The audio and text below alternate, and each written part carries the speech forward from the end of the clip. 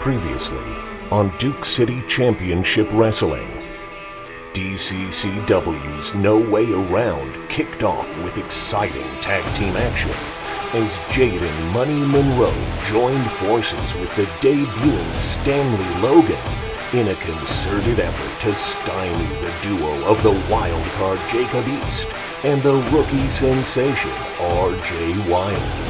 The newcomers introduced the DCCW faithful to their impactful style of wrestling, and after an exhilarating back-and-forth affair, it would be Jaden Monroe seizing his opponent's assets with the direct deposit for the 1, 2, 3. In our main event, Johnny Magna was quick to show the fans just what he thought of them as he faced Valak Vile in a one-fall-to-a-finish contest. The Magic Man was quick to let the Warzone native know that he was in for a very long night, and despite a ferocious counter-offensive from his foe, Valak Vile would ensorcellate his opponent with the Valak Vile Driver for the victory.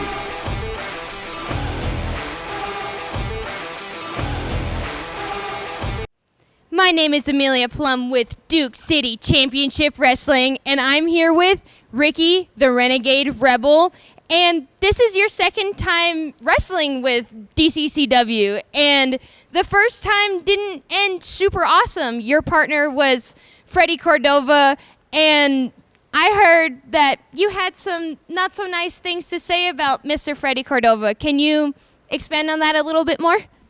Freddie Cordova? Freddie who?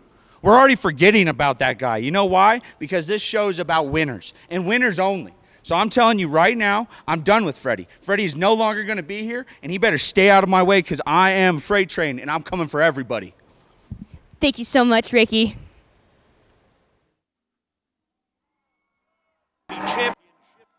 I am the excellence of elocution, Dr. Fernando Gonzalez, and with me, as always, is the mayor of downtown, Mr. Chris Burnett. Now, Chris, we've got a tag team match starting things off. Fernando, it's great to be here at the Rio Rancho Event Center. This place is our home away from home. We've seen Ronin. We've not seen him in the ring, so we're actually going to get to see Ronin tonight for the first time. We've seen Sale Taylor, which we, I don't think we care for him. I think we've seen all we need to see in Sale. But with the Ronin, you see this guy. He is just one of the most solidly built competitors I think I've ever seen in a wrestling ring, not Absolutely. just DCCW, weighing in at a very solid 300-plus pounds. You see this family of the Ronin, accompanied by Matthew Robles. Boy, this is a formidable combo right here. Absolutely. We don't know a lot about Ronin. Sale seems to know a lot about him. We know enough about Sale, but Ronin is the question mark here. That he most certainly is, Chris. And now we get to see exactly who it is that has the misfortune of standing across from them. And as it would happen, Chris, we've got another brand new competitor making his way to Duke City Championship Wrestling.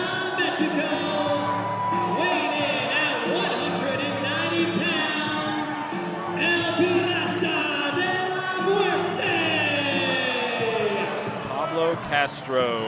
That's him, Chris. Now, El Pirata, Pablo Castro, actually was another one who made his unofficial DCCW debut at the Extravaganza on Museum Hill. Okay. And he did it under a lucha mask, and we really got to see him show up and show out. Wow. An extremely talented competitor, Chris. And let's see who it is that he's partnered with tonight. Oh, I'm excited for this. Oh, you recognize that music.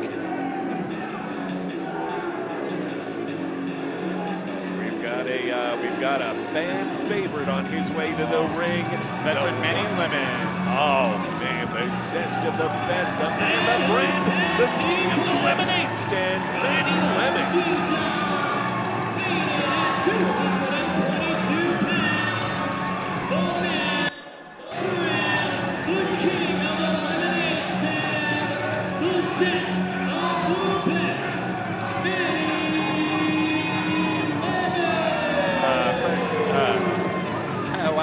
Fernando, we talked on the last episode about someone debuting with AEW. Recently, Manny Lemons also got to wrestle for AEW.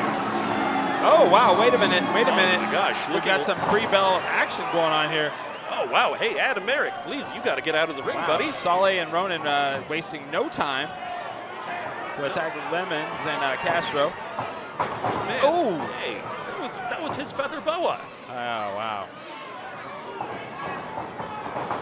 Manny Lemons only had a handful of matches here and already establishing himself as an absolute winner, Chris. And you see him being able to take two big boys like Sale and Ronin off of their feet. Absolutely. There he is flexing, and you see that he is not a small man himself. I don't even know if we've had a bell yet. Oh, we've already got action. There it is. There we go. Ref calls for the bell. Uh-oh, wow. And El Pirata del Muerte. Just the fact, how do you achieve the leverage to take a gigantic human being like the Ronin off of his feet just like that? Well, it's just like you said, Fernando. It's all about leverage and knowing your opponent's center of gravity. And that's what Castro's going to have to do here, because Ronin, I mean, if you get Ronin off of his feet like he just did, I think you're going to have the advantage all match. Now, if he's able to get up on and establish a base, I think Castro's going to have one long night that's probably going to end up not so good. But we'll see. You absolutely do not want to let a man like this, just this pillar of humanity that is the Ronin, establish a proper vertical base, because just look at the size of this guy. Already Sale and Ronin kind of taking an advantage, cutting off the ring. And we have no idea exactly how much experience Pablo Castro and Manny Lemons have together in the ring. No, we do not. But I think it's a safe assessment that these two gentlemen, Sale Taylor and Ronin, are well acquainted with one another. Yeah. Francisco kind of letting it go a little bit there. I don't think he should have allowed Sale to interfere like that. He saw it, I believe. I agree with you 100%, Chris. But, we should keep in mind the fact that Sale has delivered a few of his a few of his signature moves to referee Francisco in the past. So perhaps he's a little trepidatious of trying to have a more active hand in one of Sale's matches. Maybe the booking committee should take that in advisement whenever they're assigning the referees, but that's just me. If Francisco's a little timid, and there was a hair pull right there. Francisco saw it. See if he does anything. No. That is what you. Honestly, you are a fountain of fair assessments, Chris. Yeah. That is absolutely rational and reasonable. Castro's finding himself in no man's land. This is the wrong part of town. Yeah. Oh, for sure. And Manny Lemons, always the calm veteran, knows that maybe he'll get his chance. We'll see. But I think if this goes on for too long, this match could be over before we know it. You said it, Chris. Because, you've already seen the way that Sale takes it to his opponents. He's got such hard-hitting offense, but you know that a man of his size, to say nothing of a man the Ronin's size, can really just grind their opponents down, just keep them down, just take away all of that movement that they've got. For a more dynamic competitor, that is really exactly what you don't want, Chris. Absolutely not. Okay, Castro fighting back. Oh, Inseguri, he gets Ronin down. Ronin looks like he's maybe out. No, he's getting up. Castro needs to get to his corner. Ronin able to get up faster than Castro. Oh, wow, and he wanted to make sure he wasn't going to hit him with an Enziguri again. And that's a smart move by Ronin right here. You know, because Castro seems like he's more of a high flyer, I would assume. I'm just kind of seeing him. I haven't seen him wrestle before. And immediately he takes that leg out and injures that leg. If you take out the legs of a high flyer, then, you know, there's not much they can do. Exactly, and then you're not going to allow him to get his breath back with the way that Sale Taylor is dropping those headbutts right on his chest. Wow. I mean, say a lot of bad things about Sale Taylor, which I will. Yeah. Which I will. But, I mean, I do respect what he can do in the ring. Indeed. He is definitely an engine of destruction, is the Samoan Nightmare. But, and it looks like, whoa, wow. Oh, wow. Wait a minute. Now, outside the ring, just a trash garbage human. Yeah. Sorry. No, I got you. I got you. Yeah. No argument here. No. And Okay. inside the ropes, Come on, Francisco. Yeah, he's very definitely timid right there, I would definitely say. Another quick tag. And I can't stress this enough. Robles and his team came in here with a plan. So far, it looks like they're executing that plan to perfection. We haven't seen Lemons except for the pre-bell. Yeah, this is true. They took the dynamic high flyer, grounded him, and now we'll see if they can just keep the ring cut off, so that they can just grind out a victory. And wow, I think that was not much effort there, but I think it was as much as he could get. Oh, wow! Just took his head off with that lariat, did Sale Taylor. Correct. Goodness gracious. I don't know how much this kid has left in him. That's a really good shot there by ProView Network. That's great. Thank you for them for being here with us and helping us put on this broadcast for you. You said it, Chris. The folks at ProView Network really know how to put one of these shows together, and it really is a treat to be working with them. Flying clothesline. Now Castro was able to get up. I don't know if coming off the top rope was the smartest idea because it took a lot more energy than maybe if he would have tried to get to his corner. But let's see if he can summon some more energy and get Manny Lemons into this match. Oh, and you see that one Manny Lemons cannot wait to get into the ring and just show the power that he can bring to bear. There we are. Go. We have a tag. A little bit more urgency getting to his feet. Big clothesline. Oh, and a solid right to the Ronin. Manny Lemons is making it happen. Is he getting him? Wow. Wow. I would say Manny Lemons is aggressively being calculated here. If you notice, he never turned his back. He's still looking at Ronin. He saw Ronin. Probably his instincts kept him down there. Maybe he would have got that 3 count. Indeed. Oh, super kick. Uh-oh, Matthew Robles is up on the ring. You talk about a trash garbage human. Matthew Robles is the trash garbage human. You said it, Chris. Oh, and what is Sale doing? Oh, wait, what does he have in his hands? With the beads. Oh. Manny Lemons getting a mouthful. Okay. Goodness gracious. Referee Francisco comes in, counting the 3. What a travesty for him. That was horrible. That was honestly a miscarriage of justice if I've ever seen it. You saw exactly how ready Manny Lemons was to just put these guys on the mat and just wear them out. In his debut match, Ronin is victorious with Sale Taylor. As excited as I am to say that. Wow. Indeed. With the help of Robles and some beads, they are victorious. Wow. You hate to see it happen. I hate to see it happen. Not a fan. Oh, and they're real pleased with themselves after that one. I think it's one of the first of many victories for Ronin here, but I feel like we got a good look at him tonight. Yeah, we did. We also got to see the measure of one El Pirata, Pablo Castro, and you got to see exactly what a great competitor he was. Hopefully we'll be seeing him again, and hopefully we'll be seeing Ronin again, perhaps not quite as much. Well, yeah. I mean, if he keeps winning. Well, yeah, unfortunately there's not a lot that can be done, especially when they're doing something like this. I would say, though, if you're into tag team wrestling, Duke City Championship Wrestling is where tag team wrestling is at. We have our new tag team titles, the red and the green belt. This is true. And, I get the feeling that a couple of athletes like the Ronin and Sale Taylor would like to add a little gold to their all-black ensemble. Oh, for sure. I mean, those are the new sought-out championships in Duke City Championship Wrestling. And if you're, like I said, you're into tag team wrestling, buy the ticket. Come out December 28th. The El Rey Theater, the historic El Rey Theater. That is exactly what it is, Chris. The historic El Rey Theater, December 28th. For what I have been informed is our newest event for DCCW, and it will be entitled the Bosque Blizzard.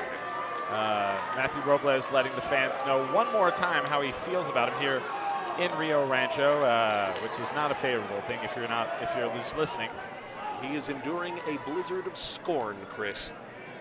So now we have our main event. Let's take it back to the ringmaster, Adam Merrick. What you think, Rio Rancho? Sale Taylor Ronin, first ever Duke City Tag Team Champions, yay or nay?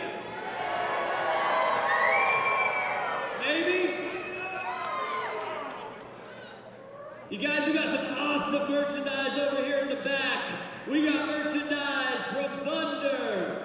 We got merchandise for Valley Vile. We got merchandise for Route 66 champion, Mr. Happy. And of course, we got merchandise for the heavyweight champion, Hobo Hank, and so much more. Make sure you go back there, grab a piece of merchandise from your favorite wrestler. The following match is scheduled for what fall? And it is the All Fast MVD 5-minute time limit match. All right, Chris. Looks like we've got this as our main event of the episode, the All Fast MVD 5-minute challenge. And who are our competitors going to be for this one? We have the Renegade Ricky Rebel versus Enrique Calderon. Oh my goodness, the Rebel. Wow, look at that. Ricky Rebel making his way to the ring. At 235 pounds, Ricky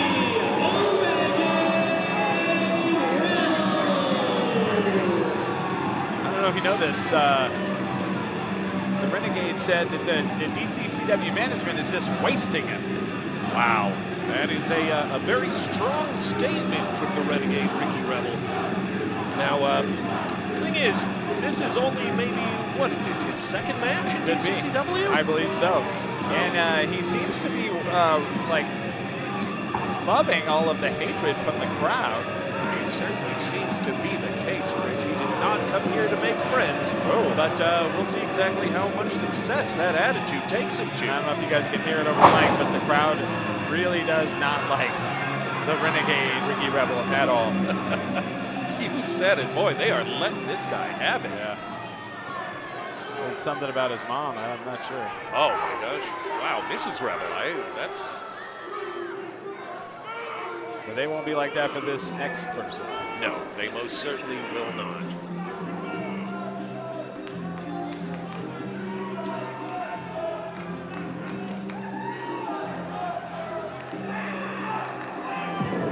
That's right.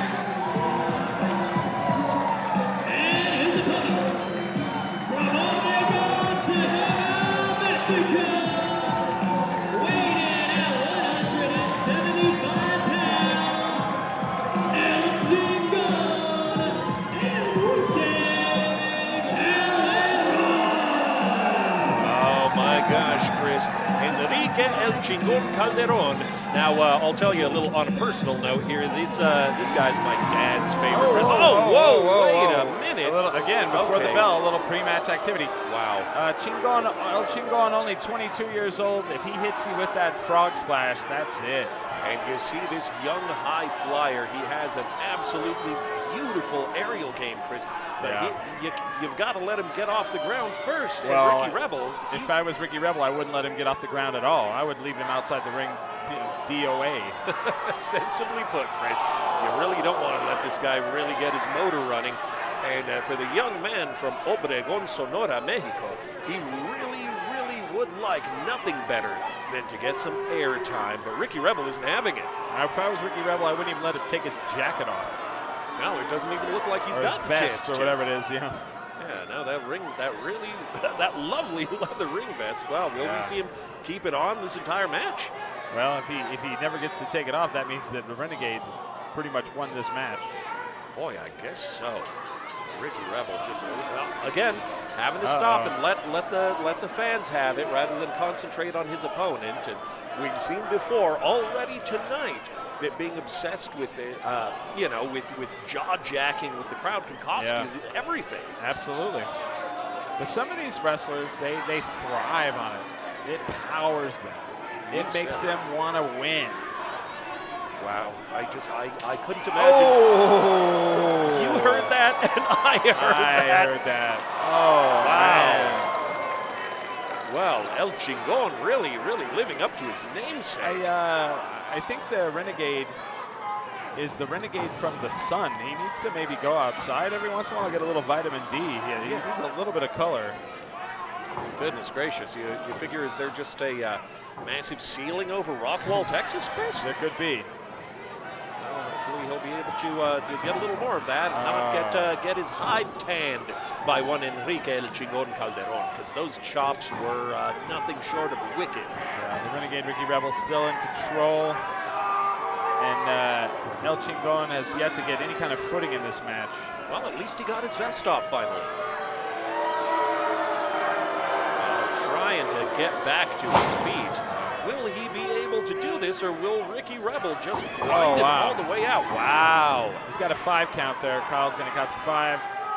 And you think, well, you know, it's going to break the hold, but the damage is already done. But you have at least 4 seconds to, like, hold on and strangle your opponent. Those are unforgiving steel cables, even if they're covered by padding, Chris. Yeah. And having your throat draped across them, then getting a knee across the back of your neck, that's going to take it out of anybody. So people that are just watching, the All Fast MVD match is a match that is only 5 minutes long, sponsored by All Fast MVD. So the 2 competitors only have 5 minutes to win the match. If the time limit goes all the way down, then it is a draw, if I'm not incorrect. That is correct, Chris. Also, well, for all of the lack of enthusiasm I have towards seeing him in the ring, I have to give it to Ricky Rebel. That was an absolutely beautiful overhead belly-to-belly suplex he uncorked on Enrique. And sometimes we watch these matches, and sometimes the competitors don't have a sense of urgency. And I would say Renegade Ricky Rebel doesn't look like he is, but he's kind of been nonstop attacking Calderon. And that's how you win this kind of match, because you can't do rest holds, you can't do submissions. You have to go, well, and now he's proving me wrong, but you have to have a sense of urgency if you want to win this match. Indeed, you'd figure you could spend about 5 uninterrupted minutes just stomping your opponent out, but, well, I'm not a wrestler. No. And we're just passing the 3-minute mark in this match, Chris, and we'll see exactly what will happen. Oh, and Ricky Rebel just taking his time, giving him a couple stomps just to let him know who's boss. And then absolutely. He has to go right back to yelling at the crowd. Calderon needs to get something happening, and something happening here quick. We're down to 2.5 minutes. He's running out of time. That's a deep angled rear chin lock by one Ricky the Renegade Rebel. Look at that. Wow, look how far back his leg is. Look how far back the neck is being cranked. You know that can't feel good, but you'd also think I don't know if that's going to be enough to put him away before the time limit is up. Can Calderon dig himself out of the hole that he's in? It really, the odds are against him there, because as you pointed out so astutely before, Ricky Rebel just started attacking him and just really went for it, because the clock wasn't going to start. Oh, jawbreaker. Say what you will, he attacked him before the bell. No one has disqualified him, so it seems to be a smart tactic, especially in this kind of match. As you can see in the background, 1 minute 40 seconds left. Calderon's fighting out of a hole that's been dug for him. I don't know how much he has left in the tank. Let's see. Indeed we will, and he is laying in those hard lefts and rights and a left side elbow, and here he comes with another one coming off of his feet. Will it be enough to take Ricky Rebel off of his feet? Coming right up. Oh my gosh, Total World Satellite head scissors takeover by one El Chingon. And Ricky Rebel doesn't know which way is up right now, Chris. Yeah, Calderon's got a second win. Can he capitalize on it? Coming into the 1 minute mark. Oh, wow, hit him with that back elbow, hit him with a spinning, hit him with spinning clothesline, big kick. Wow, took the leg out. Sort of a reverse chop block. Is he going to go high on this one? He's running out of time. Look at that. Oh, wow. As we see that ProView instant replay. Looks like that's all he needed. Whoa, okay. I thought that was it. I honestly thought that was all it was going to take. Whoa, what's happening? What? What's happening here? Did it end in a draw? No. Well, no, we were at the 1 minute mark. Like what? Yeah. Oh, wait a minute. I think we had some technical difficulties in the back. Okay, all right. Well, that was a distraction for Enrique Calderon. He missed his high-flying match, and Ricky the Rebel folding him up deep, handful of tights, and Ricky Rebel takes the Duke. Wow. Honestly, just about as dishonorable a way to get a victory as one could hope for. But you know what? A victory. I was worried someone was coming out. I didn't know what was happening. I thought that was the case as well. And it looked like Ricky Rebel. Oh, what is he doing? He's attacking his opponent. The bell has already sounded, and he's just pasting This him. is disrespectful. This is absolutely disrespectful Across the back of the head, elbow to the back of the neck. Wait a minute, what do we have here? Wait a minute, we've got no, those aren't. I was going to say it's just fans. It's the New Mexico Ice Wolves hockey team making their way into the ring and running the Renegade Rebel off. Wow. Could you have imagined this happening, Chris? No, I had no idea. I don't even know what's going on here. Wow, okay. There's chaos in the ring. So was El Chingon a supporter of the New Mexico Ice Wolves? I'm not sure. Wow. Wow, they were not going to brook any of the extracurricular shenanigans from one Ricky the Renegade Rebel, and wow, here they are hoisting El Chingon up on their shoulders. Ricky Rebel's going to fight another, the Renegade Ricky Rebel's going to fight another day. He's going to get away to fight another day. And I mean, you don't want to get in look how many hockey players in there. There's like 20 hockey players in there. Wow. These kids can fight, you know? Yeah, you know what? Yeah, you really don't want to get on the wrong side of hockey players, No, Chris. sir. They are definitely some of the toughest athletes around. And speaking of some of the toughest athletes around, El Chingon managing to get back to his feet after that savage beating and after the bell attack by the Renegade Ricky Rebel. Wow, that just speaks volumes about this young man's resilience. Absolutely. And he still gets the win. He gets the pay. Ricky the Renegade Rebel. That is quite the mouthful. Indeed But I don't know who won the war or who won the battle in that one. But that's right, Chris. Well, and that was our main event for this episode. Wow.